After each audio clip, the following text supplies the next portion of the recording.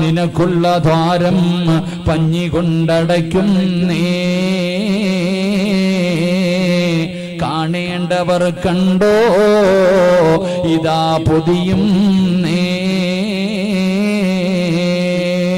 അല്ലാഹുവേ പടച്ചവനെ നീ അങ്ങ് മരണപ്പെട്ട് കഴിഞ്ഞാൽ ഇന്നലെ വരെ സ്വന്തമായിട്ട് കുളിച്ച നിന്നെ നാളെ എല്ലാവരും കൂടെ കുളിപ്പിക്കുകയാണ് മനോഹരമായ രീതിയിൽ പടച്ചവനെ ചൂടുവെള്ളം തയ്യാറാക്കി അതിനകത്ത് സുഗന്ധങ്ങൾ ഇട്ടിട്ട് അല്ലാഹുവേ നിന്നെ അവസാനമായിട്ടങ്ങ് മയ്യത്ത് കുളിപ്പിക്കുകയാ അതാ ജനാസ കുളിപ്പിച്ചു കഴിഞ്ഞാൽ പടച്ചവനെ നിന്റെ ജനാസയതാ താങ്ങിയെടുത്തുകൊണ്ട് വീടിന്റെ അകത്തേക്ക് കൊണ്ടുപോകുമ്പോ ജീവിതത്തിൽ ഒരിക്കലും ധരിക്കാത്ത ഒരു മോഡലുമില്ലാത്ത വില കുറഞ്ഞ 3 കഷ്ടം വെള്ള തുണി നിന്റെ വീടിന്റെ അകത്ത് വിരിച്ചിരിക്കുകയാണ് അതിന്റെ മുകളിലേക്ക് നിന്റെ ജനാസ എടുത്ത് വെച്ചു എല്ലാവരും നിന്റെ ചുറ്റുഭാഗത്ത് നിന്നിട്ട് നിന്നെ ഒരുക്കുകയാണ് പുതിയ പളയ ഒരുക്കുന്നത് പോലെ അല്ലാഹുവേ സുഗന്ധങ്ങൾ തേച്ച് മനോഹരമായ രീതിയിൽ പുതുവസ്ത്രത്തിൽ നിന്റെ ജനാസയങ്ങ് പുതിയുകയാണ് അവസാനം അവിടെ നിന്ന് വിളിച്ചു പറയുകയാ നിന്റെ മൂക്കിന്റെ ദ്വാരത്തിലേക്ക് പടച്ചവനെ പഞ്ഞികൾ എടുത്തു വെച്ചിട്ട് പറയുകയാ കാണേണ്ടവർ കണ്ടോ ഇതാ പൊതിയും നേ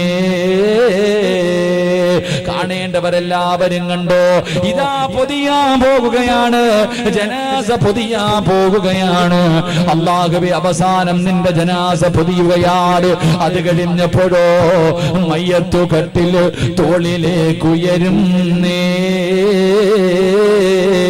പുരയ്ക്കുള്ളിലപ്പോൾ രോദനം കേൾക്കും നേ വെള്ളത്തുണിക്കകത്ത് നിന്റെ ജനാസ പൊതിഞ്ഞിട്ട് മയ്യത്ത് കട്ടിലേക്ക് എടുത്ത് വെച്ചിട്ട് എല്ലാവരും കൂടെ നിന്റെ കൊട്ടാരം പോലെ പണിതിരിക്കുന്ന നിന്റെ വീടിന്റെ അകത്ത് നിന്ന് നിന്റെ ജനാസ എങ്ങോട്ട് കഥാ മയ്യത്ത് കട്ടിൽ എടുത്ത് വെച്ചിട്ട് എല്ലാവരും തന്റെ ചുമലിലേക്ക് ഉയർത്തുമ്പോ വീടിന്റെ അകത്ത് വല്ലാത്ത ഒരു പൊട്ടിക്കരച്ചിൽ കേൾക്കുകയാണ് വാപ്പ കരയുന്നുണ്ട് ഉമ്മ കരയുന്നുണ്ട് ഭാര്യ കരയുന്നുണ്ട് കൂടപ്പറപ്പ് കരയുന്നുണ്ട് സഹോദരിമാര് നിന്ന് കരയുന്നുണ്ട് കുടുംബക്കാര് കരയുന്നുണ്ട് ഉമ്മയാണ് കരയുന്നത് ക്ഷമ വിട്ട ഉമ്മയും പൊന്നുമകനെ എന്നെ കൈവിട്ടു പോന്നോ കാണലെന്നാ പൊന്നേ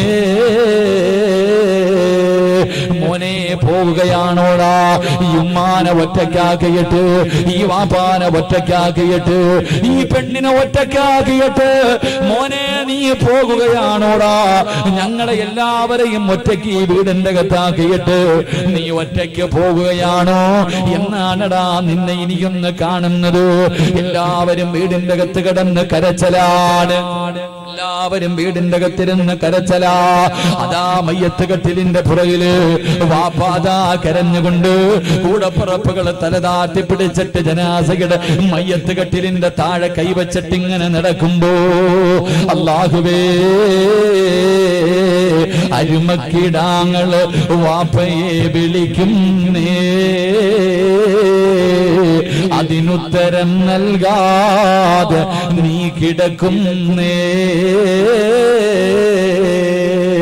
മക്കള് കിടന്ന് വിളിക്കുന്നു വാപ്പാ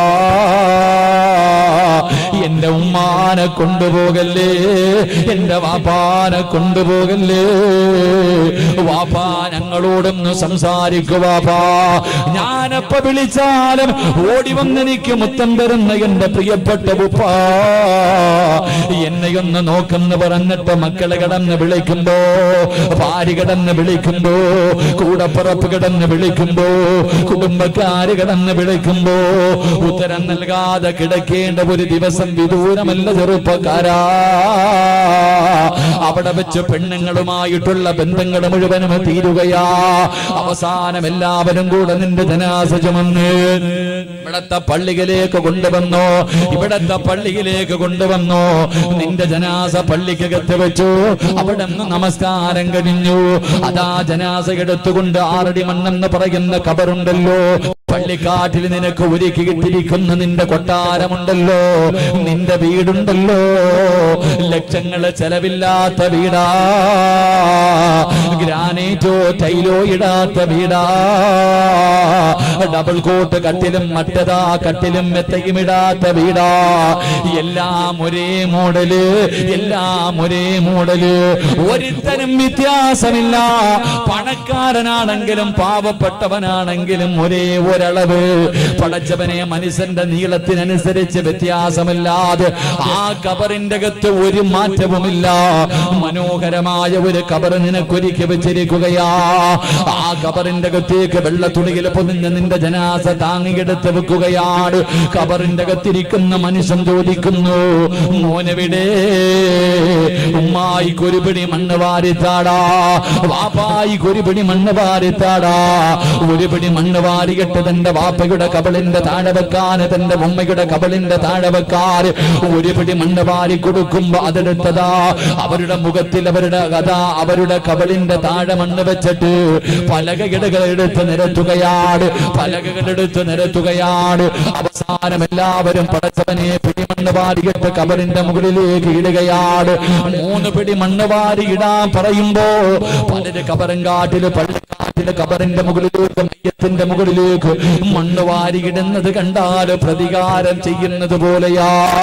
മോനെ വെറുതെയല്ല ഇടാൻ പറഞ്ഞത്, ആ ഇടുന്നതിൽ പഠിക്കാൻ ഒരുപാട് പാഠങ്ങളുണ്ട്. മണ്ണ് വാരി ഇടുന്ന സമയത്ത് പറയേണ്ട ചില കാര്യങ്ങളുണ്ട്.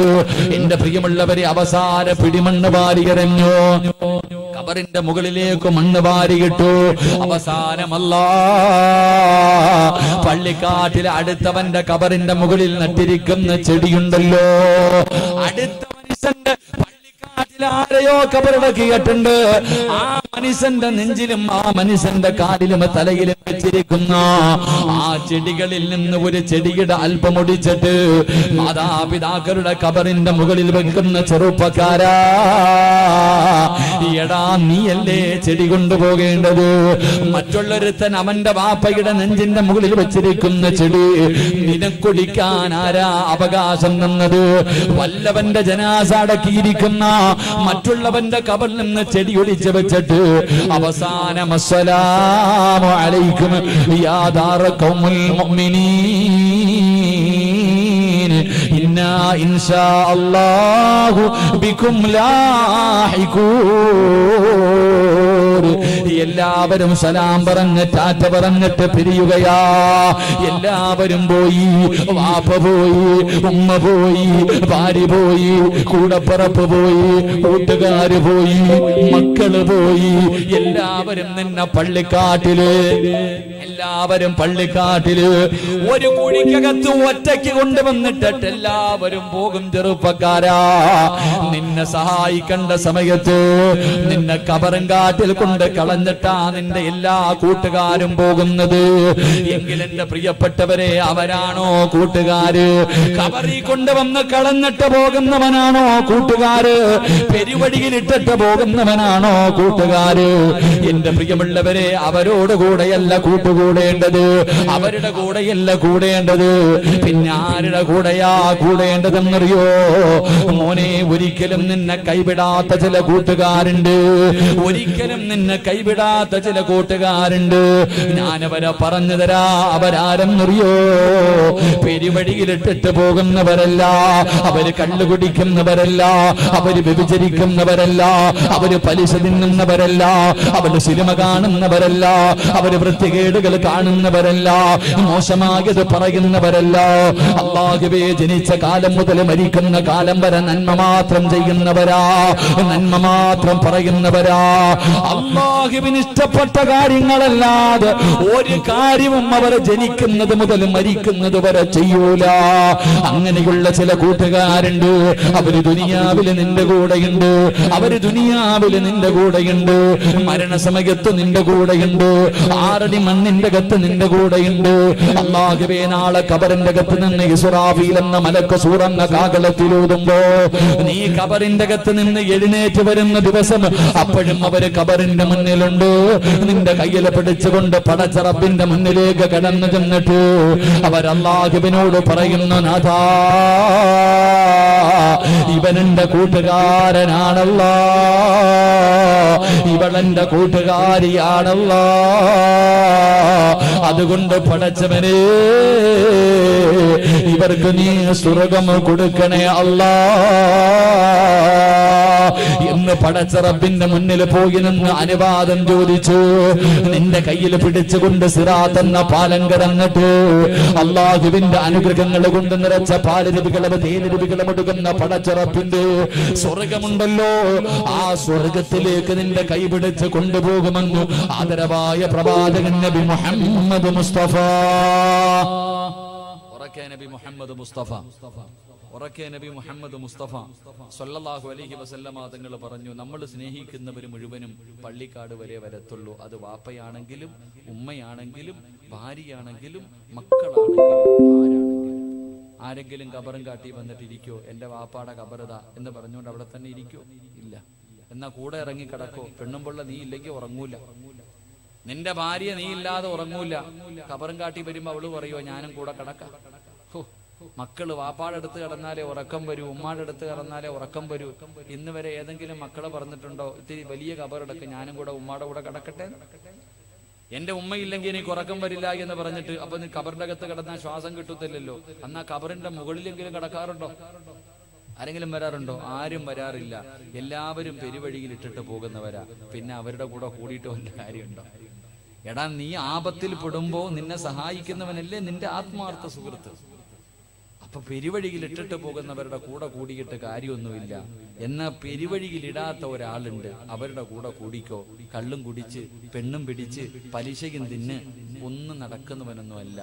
ജനിച്ചത് മുതൽ മരിക്കുന്ന കാലം വരെ പാപം കണ്ടിട്ടില്ല, പാപം പറഞ്ഞിട്ടില്ല, പാപം ചെയ്തിട്ടില്ല. അള്ളാഹു അവരുടെ കൂടെ കൂടാൻ ഭാഗ്യം തരുമാറാകട്ടെ. അള്ളാഹു അവരുടെ കൂടെ കൂടാൻ ഭാഗ്യം തരുമാറാകട്ടെ. അവരാരെന്നറിയോ? അള്ളാഹുവിന്റെ മലക്കുകളാണെന്ന് നബി മുഹമ്മദ് മുസ്തഫ. ഉറക്കെ നബി മുഹമ്മദ് മുസ്തഫ സല്ലല്ലാഹു അലൈഹി വസല്ലമ തങ്ങൾ പറയുന്നു, അവരാരാ? അള്ളാഹുവിന്റെ മലക്കുകളാണ്. മലക്കുകൾ പാപം ചെയ്തിട്ടുണ്ടോ? ജനിച്ചത് മുതൽ മരിക്കുന്ന കാലം വരെ അള്ളാഹിനെ ശുക്ർ ചെയ്യുന്നവരാ, അള്ളാഹുവിനെ സ്തുതിക്കുന്നവരാ മലക്കുകൾ. അവരുടെ കൂടെ കൂടിയ നിന്നെ സ്വർഗ്ഗത്തിൽ വരെ അവര് കൊണ്ടുപോകുമെന്ന് നബി മുഹമ്മദ് മുസ്തഫ സല്ലല്ലാഹു അലൈഹി വസല്ലം. അള്ളാഹു അവരുടെ കൂടെ കൂടാൻ ഭാഗ്യം തരുമാറാകട്ടെ. അള്ളാഹു അവരുടെ കൂടെ കൂടാൻ ഭാഗ്യം തരുമാറാകട്ടെ.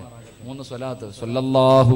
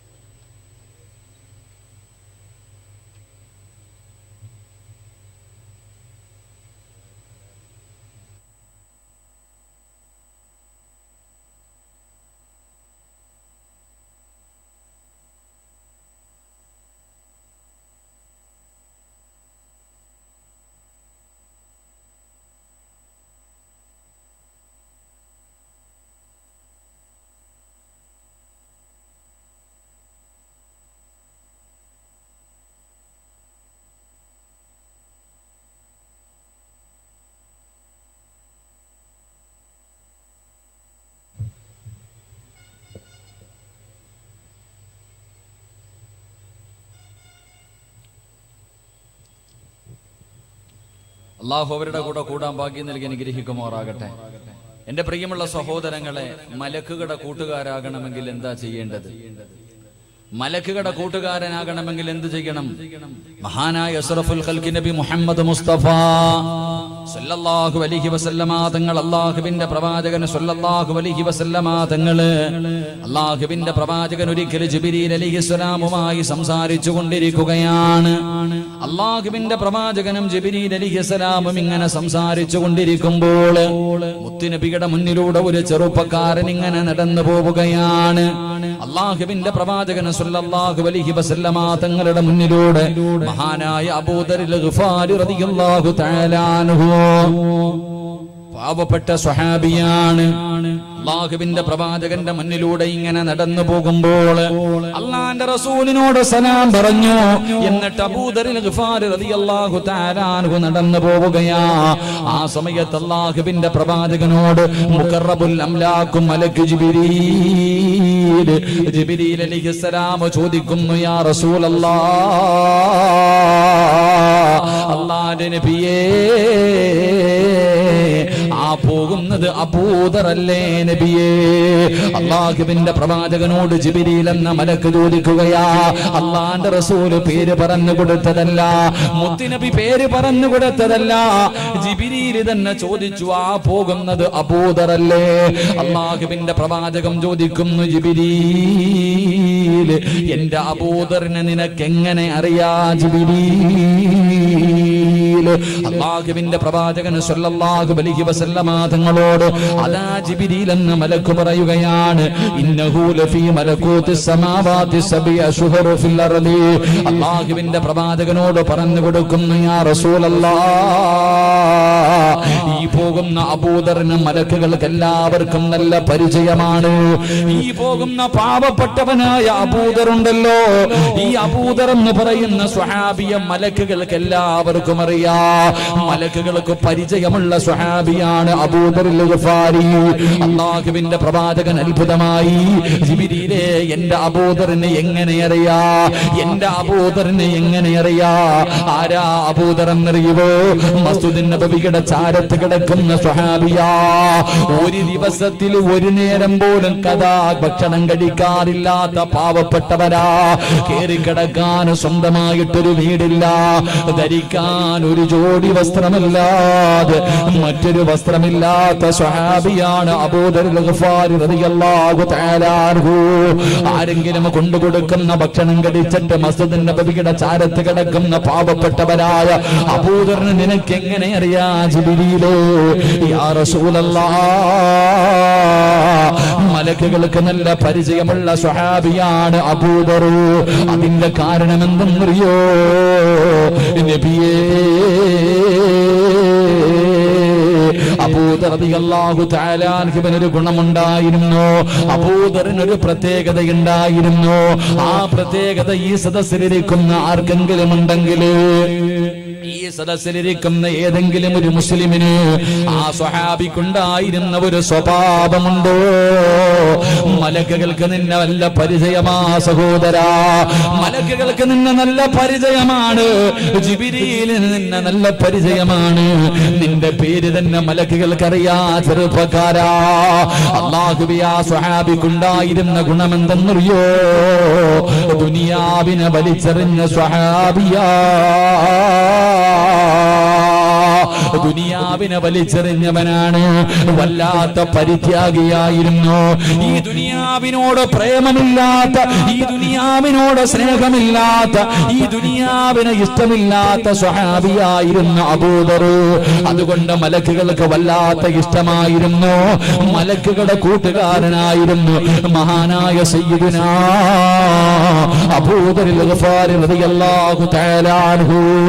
അതുകൊണ്ട് എന്റെ പ്രിയപ്പെട്ടവരോട് പറയുന്നു, ദുനിയാവിനോടുള്ള പ്രേമം കളഞ്ഞോ, പണത്തിനോടുള്ള മോഹം കളഞ്ഞോ, ദുനിയാവ് വെട്ടിപ്പിടിക്കാനുള്ള നിന്റെ ആർത്തിയെന്ന് കളഞ്ഞോ, ആഖിറത്തിനെ ചിന്തിക്കതറപ്പക്കാരാ. ഈ പണത്തിനോട് പടച്ചവനെ, പണമാണല്ലോ ഇന്ന് നമുക്ക് വലുത്. അത് സമ്പാദിക്കുന്നതിന് വേണ്ടിയില്ലേ എന്തെല്ലാം വളഞ്ഞ വഴികളാണ് നോക്കുന്നത്. അല്ലാഹുവേ, കള്ള് കച്ചവടം നടത്തുന്നവരുണ്ട്, കഞ്ചാവ് കച്ചവടം നടത്തുന്നവരുണ്ട്, പലിശ കച്ചവടം നടത്തുന്നവരുണ്ട്, മയക്കുമരുന്ന് ചെയ്യുന്നവരുണ്ട്. അല്ലാഹുവേ, വൃത്തികെട്ട വഴികളിലൂടെ പിടിച്ചു പറയും ആവശ്യമില്ലാത്ത വഴികളിലൂടെ പെട്ടെന്ന് പണക്കാരനാകാൻ ലോട്ടറി എടുക്കുന്നവരുണ്ട്. എന്റെ പ്രിയമുള്ളവരെ, പണം സമ്പാദിക്കുന്നതിന് വേണ്ടി പരക്കം പായുന്ന സഹോദരാ, ഈ കുടുകിന്റെ ചിറകിന്റെ വില പോലുമില്ലാത്ത ദുനിയാവ്, പടച്ചവനെ പുഴുത്തുനാറി കിടക്കുന്ന അതാ കഴുതയെ കാണിച്ചിട്ട് മുത്തുനബി പറഞ്ഞത് ദുനിയാവിന്റെ അവസ്ഥ ഇതാ. എന്റെ പ്രിയമുള്ളവരെ, ഞാനും നിങ്ങളും ഈ ദുനിയാ ദുനിയാവ് വെട്ടിപ്പിടിക്കാൻ, ഈ ദുനിയാവിൽ കൊട്ടാരങ്ങളെ പണിയാൻ, ഈ ദുനിയാവിലെ ചിലരുടെ ജീവിതം കണ്ടു കഴിഞ്ഞാൽ ചിലരുടെ ജീവിതം കണ്ട കോടികൾ കൊടുത്തിട്ട് ഭവനം കിട്ടുന്നവരുണ്ട്. മോനെ, നിന്റെ വാപ്പ പോയപ്പോ എന്താടാ ഈ ദുനിയാവിൽ നിന്ന് കൊണ്ടുപോയത്?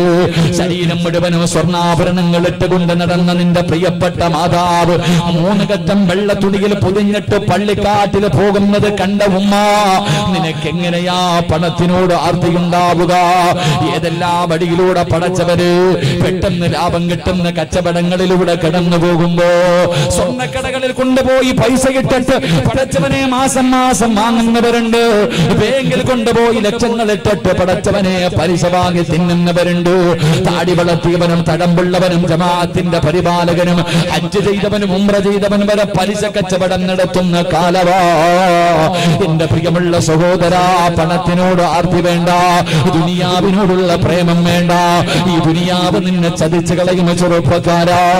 ഈ ദുനിയാവ് എത്രയോ പേരെ ചതിച്ചു കളഞ്ഞ ചരിത്രങ്ങൾ ഖുർആനും ഹദീസും പറയുന്നുണ്ട്. മഹാനായ അബൂദറാരെന്നറിയോ? നാളത്തേക്ക് വേണ്ടി ഒന്നും കരുതി വെക്കാത്ത സ്വഹാബിയാ. അല്ലാഹുവിന്റെ വിശുദ്ധമായ ഖുർആനിൽ ആയത്തിറങ്ങി, നിങ്ങൾ നാളത്തേക്ക് വേണ്ടി നിങ്ങൾ പണങ്ങൾ കഥാ സമ്പാദ്യങ്ങൾ കരുതി വെക്കല്ലേ. മഹാനായ അബൂദർ ഗഫാർ റളിയല്ലാഹു തആല അൻഹു തന്റെ കയ്യിൽ രാവിലെ എന്തെങ്കിലും കെട്ടിക്കഴിഞ്ഞാൽ വൈകുന്നേരം കിടന്നുറങ്ങുന്നതിന് മുമ്പ് തന്റെ കയ്യിലുള്ളത് പാപങ്ങൾക്ക് കൊടുക്കുമായിരുന്നു, യതീമീങ്ങൾക്ക് കൊടുക്കുമായിരുന്നു, രോഗികൾക്ക് കൊടുക്കുമായിരുന്നു. പടച്ചവനെ, രാത്രിയാകുമ്പോൾ അന്നത്തെ സമ്പാദ്യം മുഴുവനും തീർത്തിട്ട് ജീവിക്കുന്നവരാ. ആരെങ്കിലും സമ്പാദ്യം കൂട്ടിവെക്കുന്നത് കണ്ടാൽ അവിടെ ചെന്നിട്ട് പറയുമായിരുന്നു, നാളെ ഈ കൂട്ടിവെക്കുന്നത് മുഴുവനും നാളെ പടച്ചറപ്പിന്റെ പരലോകത്ത് വരുമ്പോൾ നിന്റെ കഴുത്തിലേക്ക് തീയായ അല്ലാഹു തൂക്കിയിടുമെന്ന ഖുർആനിന്റെ ആയത്ത് പറഞ്ഞിട്ട് അബൂദർ ഗഫാർ റളിയല്ലാഹു തആല അൻഹു അവരോട് ഉപദേശം കൊടുക്കുമായിരുന്നു. എന്റെ പ്രിയമുള്ള ചെറുപ്പക്കാരാ, പെട്ടെന്ന് പണക്കാരനാകാൻ വഴി തേടുന്ന യുവത്വേ, മഹാനായ അബൂദർ ഗഫാർ റളിയല്ലാഹു തആല അൻഹു അല്ലാഹുവേ, ഒരു യുദ്ധം നടക്കുന്ന രണാങ്കണത്തിൽ ഏറ്റവും അവസാനമാണ് വരുന്നത്, ഏറ്റവും അവസാനമാണ് വരുന്നത്. അല്ലാഹുവിന്റെ പ്രവാചകൻ ചോദിച്ച, അബൂദറെ, ഏറ്റവും അവസാനമായി പോയോ? യമൂതു വഹദാ, അബൂദറെ, നീ ഒറ്റയ്ക്കാ മരിക്കുന്നത്, നീ നാളെ പടച്ച റബ്ബിന്റെ പരലോകത്ത് വരുന്നത് ഒറ്റയ്ക്കാണ്. മുത്തുനബി അബൂദർ ഗഫാരിയോട് പറഞ്ഞ വാക്കാണ്. അവസാനം എന്റെ പ്രിയമുള്ളവര്, അല്ലാഹുവിന്റെ പ്രവാചകന്റെ മുന്നിൽ സ്വഹാബികളെ കടന്നു ചെന്നിട്ട് പറഞ്ഞു, യാ റസൂലല്ലാഹ്, ഞങ്ങളുടെ വീടുകളിലേക്ക് കടന്നു വന്നിട്ട് നാളത്തേക്ക് എന്തെങ്കിലും കരുതി വെച്ച് കഴിഞ്ഞാൽ അബൂദർ ഞങ്ങളോട് വഴക്ക് കൂടുന്നു നബിയേ. അല്ലാഹുവിന്റെ പ്രവാചകൻ അബൂദറിനെ വിളിച്ചിട്ട് ചോദിച്ചു, നീ എന്തിനാ ഇങ്ങനെ ചെയ്യുന്നത്? നബിയെ, അല്ല പറഞ്ഞത് അങ്ങനെയല്ല. റസൂലുള്ളാഹി ഒന്നും മിണ്ടിയില്ല. അവസാനം അബൂബക്കർ തങ്ങളുടെ കാലഘട്ടത്തിലും അബൂദർ അങ്ങനെ തന്നെ. ഉമർ ഇബ്നുൽ ഖത്താബിന്റെ കാലഘട്ടം വന്നപ്പോഴും പണം കൂട്ടിവെക്കുന്നവന്റെ വീട്ടിൽ പോയി വഴക്ക് കൂടുമായിരുന്നു. എന്തിനാ പാവങ്ങൾക്ക് കൊടുക്കാൻ, യതീമീങ്ങൾക്ക് കൊടുക്കാൻ? പടച്ചവനെ, നാളത്തേക്ക് കരുതി വെക്കാൻ പാടില്ലെന്ന് പറയുമ്പോ മഹാനായ സയ്യിദുനാ ഉസ്മാൻ ഇബ്നു അഫ്ഫാൻ റളിയല്ലാഹു തആല അൻഹു അവിടുന്ന് രാജ്യം ഭരിക്കുമ്പോ എല്ലാവരും കൂടെ ഉസ്മാൻ തങ്ങളുടെ മുന്നിൽ വന്നിട്ട് അബൂദറിനെ കുറിച്ച് പരാതി പറയുകയാ. അവസാനം വഴിയില്ലാതെ അവിടുന്ന് നാട് കടത്തുകയാ. അബൂദർ റളിയല്ലാഹു തആല അൻഹു അവസാനം തന്റെ ഭാര്യയും മക്കളുമായി ഒറ്റയ്ക്ക് മരുഭൂമിയിൽ പോയി ജീവിക്കുകയാണ്. എന്റെ പ്രിയമുള്ളവരെ, അവസാനം അവിടുന്ന് മരണസമയം അടുത്തപ്പോ അബൂദർ റളിയല്ലാഹു തആല അൻഹുവിന്റെ മരണം അവിടെ നടക്കുമ്പോ തന്റെ പൊന്നാര മക്കളെ മുഴുവനും അടുത്തേക്ക് വിളിക്കുകയാണ്. തന്റെ എല്ലാ മക്കളെയും അടുത്ത് വിളിച്ചിരുത്തിയിട്ട് ആ അബൂദർ എന്ന് പറയുന്ന പിതാവ് പറഞ്ഞു കൊടുത്തത് എന്തെന്നറിയോ? ഇന്ന് 10 വയസ്സുള്ളവനോട് ഉമ്മയും ബാപ്പയും പറയുന്നത്, നല്ലതുപോലെ പഠിക്കണം, നല്ല നിലയിലാകണം, നല്ല ജോലിയിൽ കയറണം, എങ്കിലേ നിനക്ക് പണം കിട്ടൂ. എങ്കിലേ നിനക്ക് പണം കിട്ടൂ. പണം കിട്ടിയാലേ ജീവിതം സന്തോഷമാകൂ. വളർന്നു വരുന്ന ചെറിയ കുഞ്ഞിനോട് പോലും പണത്തിനെ കുറിച്ച് പറഞ്ഞു കൊടുക്കുന്ന മാതാപിതാക്കളുടെ കാലവാ. പിന്നെ എങ്ങനാ നിന്റെ മക്കള് കള്ള് കച്ചവടം നടത്തുന്നത്, മയക്കുമരുന്ന് കച്ചവടം നടത്തിയിട്ട് പണക്കാരനാകാ? മക്കളെ കുറ്റം പറഞ്ഞിട്ട് കാര്യമില്ല. നീയാണ് പടച്ചവനെ നിന്റെ മക്കളെ പിഴപ്പിച്ചത്. ആ മക്കളുടെ ഹൃദയത്തിൽ പണത്തിനെ കുറിച്ചുള്ള ആർത്തി കൊടുത്തത് നിന്റെ ആർത്തിയാ. നീ കാരണമാ നിന്റെ മക്കള് പിഴച്ചുപോയത്. എങ്കിൽ അബൂദർ എന്ന് പറയുന്ന പാവപ്പെട്ട പിതാവ് മരണത്തിന്റെ സമയമെടുത്ത് വരുമ്പോ തന്റെ പ്രിയപ്പെട്ട മക്കളെ പിടിച്ച് ചാരത്തിരുത്തിയിട്ട് ആ സ്വഹാബി പറയുന്നു, മക്കളെ വാപ്പാനെ വെറുക്കല്ലേ, വാപ്പയോട് ദേഷ്യമുണ്ടോ മക്കള്? നിങ്ങൾക്ക് വേണ്ടി ഞാനൊന്നും കരുതി വെച്ചിട്ടില്ല, നിങ്ങൾക്ക് വേണ്ടി ഞാനൊന്നും കരുതി വെച്ചിട്ടില്ല. എല്ലാം എന്നെ കൊണ്ട് കഴിയുന്നത് പോലെ പാപങ്ങൾക്ക് കൊടുത്തു. കാരണം അല്ലയാ പറഞ്ഞത് റിസ്ക് തരുന്നതിന് പടച്ചവനാണ്. അല്ലാഹുവാണ് നമുക്ക് റിസ്ക് തരുന്നത്. അതുകൊണ്ട് നീ കാത്തുവെക്കണ്ട എന്ന് പടച്ചറബ് പറഞ്ഞത് കാരണം വാപ്പ ഒന്നും കരുതി വെച്ചിട്ടില്ല. അതുകൊണ്ട് അബൂദർ ഗഫാർ റളിയല്ലാഹു തആല അൻഹു തന്റെ മക്കളോട് പറയുന്ന, മക്കളെ വാപ്പാനോട് വാപ്പയോട് ദേഷ്യം കാണിക്കല്ലേ, വാപ്പാനെ ശപിക്കല്ലേ.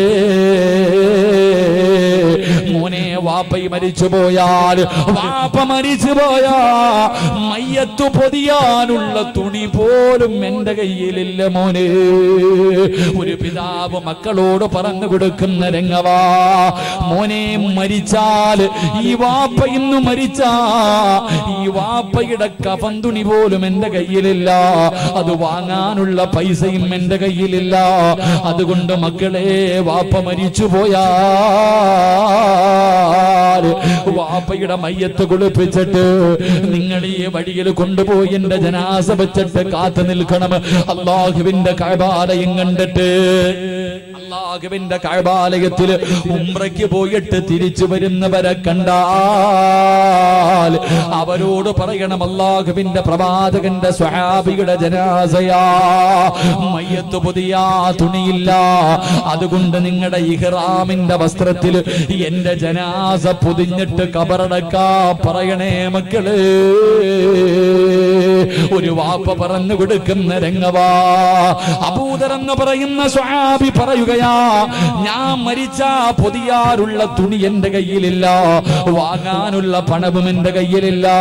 അതുകൊണ്ട് മക്കളെ ജനാസയെടുത്ത് വഴിയിൽ കൊണ്ടുവച്ചിട്ട് ഉംറ കഴിഞ്ഞ് മടങ്ങി വരുന്ന യാത്രക്കാരോട് പറയണം, പ്രവാചകന്റെ സ്വഹാബിയാ, അവിടത്തെ ജനാസ അതാ നിങ്ങളുടെ ഇഹ്റാമിന്റെ വസ്ത്രം കൊണ്ട് പൊതിഞ്ഞിട്ട് കബറടക്കാ പറയണമെന്ന് പറഞ്ഞു കൊടുക്കുമ്പോ അവസാനം അബൂദർ ഗഫാരി യാത്രയായി. അവിടുന്ന് ഭാര്യയും മക്കളും കൂടെ മയ്യത്ത് കുളിപ്പിച്ചു. എന്നിട്ട് ജനാസ എടുത്തുകൊണ്ട് മരുഭൂമിയിലെ വഴിയിൽ കൊണ്ടുവച്ചിട്ട് കാത്തു നിൽക്കുകയാണ്. അല്ലാഹുവിന്റെ പരിശുദ്ധമായ കഅബാലയത്തിൽ ഉംറയ്ക്ക് പോയിട്ട് തിരിച്ചു വരുന്നവ അതാ ഒരു യാത്ര സംഘം കടന്നു വരികയാണ്. അല്ലാഹുവേ, മക്കള് കരഞ്ഞുകൊണ്ട് പറയുന്നു, ഞങ്ങളുടെ പിതാവിന്റെ ജനാസയാ, മുത്തുനബിയുടെ സ്വഹാബിയാ,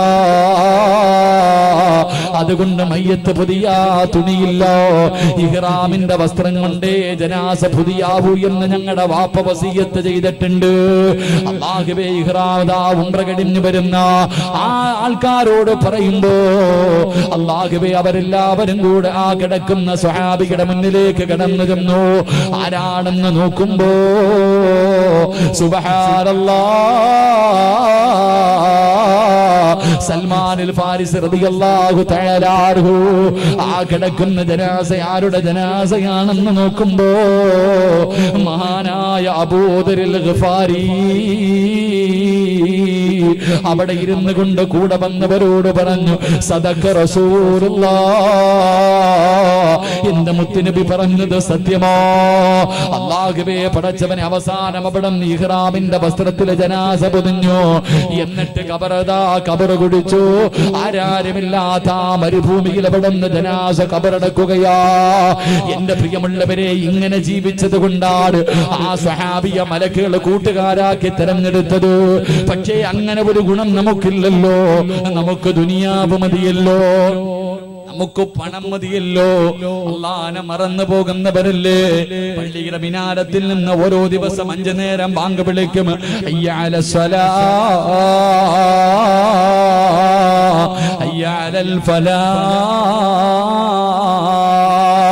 അല്ലാഹുവിന്റെ പള്ളിയുടെ മിനാരത്തിൽ നിന്ന് 5 നേരം ബാങ്ക് വിളിച്ചു. ഈ റോഡിൽ പള്ളിയുടെ ചാരത്താ നിന്റെ കടയിരിക്കുന്നത്. നീ കടയിലിരുന്ന് കച്ചവടം നടത്തിക്കൊണ്ടിരിക്കുകയാണ്. അപ്പോഴാണ് ബാങ്ക് വിളിച്ചത്. നീ അപ്പോഴും പള്ളിക്ക് പോകാതെ വീടിന്റെ കടയ്ക്കകത്തിരിക്കുകയാണ്. അവസാനം നിന്റെ കണ്ണിന്റെ മുന്നിലൂടെ പ്രായമുള്ള രോഗം പിടിച്ച വാപ്പമാര് നടന്ന് പള്ളിയിൽ പോകുന്നത് കണ്ടു പോകുന്നില്ല. അല്ലാഹുവേ, പള്ളിയിൽ കാമത്ത് കൊടുത്തു. നമസ്കാരം തുടങ്ങിയതിന്റെ ശബ്ദം നിന്റെ കടയിലിരുന്നാലും കേൾക്കാ, എന്നാലും പോകൂല. കാരണം നിനക്ക് കച്ചവടമാണ് വേണ്ടത്, നിനക്ക് പണമാണ് വേണ്ടത്, നിനക്ക് ദുനിയാവാണ് വേണ്ടത്. മോനെ, അല്ലാഹനെ മറന്നുകൊണ്ട് കച്ചവടം നടത്തുന്ന ചെറുപ്പക്കാരാ, അല്ലാഹ് പറഞ്ഞത് എന്തെന്നറിയോ? ലഇൻ ശകർതും ലഅസീദന്നകും വലഇൻ കഫർതും ഇന്ന അദാബി ലശദീദ്. അല്ലാഹ് പറയുകയാ, കട തന്നത് ഞാനാടാ, കച്ചവടം തന്നത് ഞാനാടാ, പണം തന്നത് ഞാനാടാ. ഈ തന്ന എനിക്കിതെല്ലാം എടുത്തു മാറ്റാനും കഴിവുണ്ട്. അതുകൊണ്ട് പടച്ചറപ്പിനെ മറന്നിട്ട് കച്ചവടം നടത്തുന്ന കച്ചവടക്കാരാ, എല്ലാം നഷ്ടപ്പെടുമടാ. തന്ന അല്ലാഹയതല്ല തിരിച്ചടക്കും, തന്ന അല്ലാഹയതല്ല തിരിച്ചടക്കുമെന്ന് ഖുർആനാ പറഞ്ഞത്. അതുകൊണ്ട് എന്റെ പ്രിയപ്പെട്ടവരോട് പറയുകയാ, ദുനിയാവിനെ വലിച്ചെറിഞ്ഞോ, വെട്ടിപ്പിടിക്കാൻ ഓടണ്ട, ദുനിയാവിന്റെ പുറകെ ഓടണ്ട. പണത്തിനോടുള്ള ആർത്തി വേണ്ട പെങ്ങള്, പെട്ടെന്ന് പണക്കാരിയാകണ്ട. മുത്തുനബി പറഞ്ഞതെന്തെന്നറിയോ? പാവപ്പെട്ടവന് സ്വർഗത്തിൽ കിടന്നിട്ട് കൊല്ലങ്ങൾ കഴിഞ്ഞാല് പണക്കാരൻ നാളെ സ്വർഗത്തിൽ കിടക്കൂ എന്ന് ആദരവായ പ്രവാചകൻ നബി മുഹമ്മദ് മുസ്തഫ സല്ലല്ലാഹു അലൈഹി വസല്ലമ തങ്ങളെ പറയുകയാ, 1,24,000 പരം വരുന്ന അംബിയാ മുർസലീങ്ങളുണ്ടല്ലോ, പ്രവാചകന്മാരുണ്ടല്ലോ. ഈ പ്രവാചകന്മാരിൽ ഏറ്റവും അവസാനം സ്വർഗത്തിൽ കിടക്കുന്ന പ്രവാചകനാരാ? മഹാനായ സുലൈമാൻ നബി അലൈഹിസ്സലാം.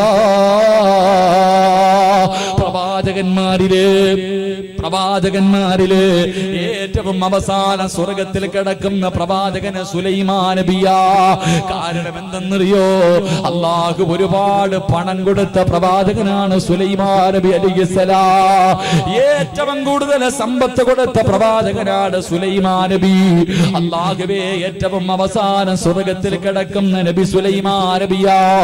മഹാനായ പ്രവാചകന്റെ സ്വഹാബികളുണ്ടല്ലോ, മഹാനായ സയ്യിദുനാ അബൂബക്കർ സിദ്ദീഖ് റളിയല്ലാഹു തആല അൻഹു മുതൽ മഹാനായ വഹ്ശ് റളിയല്ലാഹു തആല അൻഹു വരെയുള്ള ലക്ഷക്കണക്കിന് സ്വഹാബികളുണ്ടല്ലോ. ഈ സ്വഹാബികളിൽ അവസാന സ്വർഗത്തിൽ കിടക്കുന്നതാരാ? ഈ സ്വഹാബികളില് ഏറ്റവും അവസാന സ്വർഗത്തിൽ കിടക്കുന്നതാരാ? മഹാനായ അബ്ദുറഹ്മാൻ ഇബ്നു ഔഫ് റളിയല്ലാഹു തആല അൻഹു. കാരണം എന്തെന്നറിയോ? ഒരുപാട് സമ്പത്തുണ്ടായിരുന്ന സ്വഹാബിയാ, പണക്കാരനായ സ്വഹാബിയാ.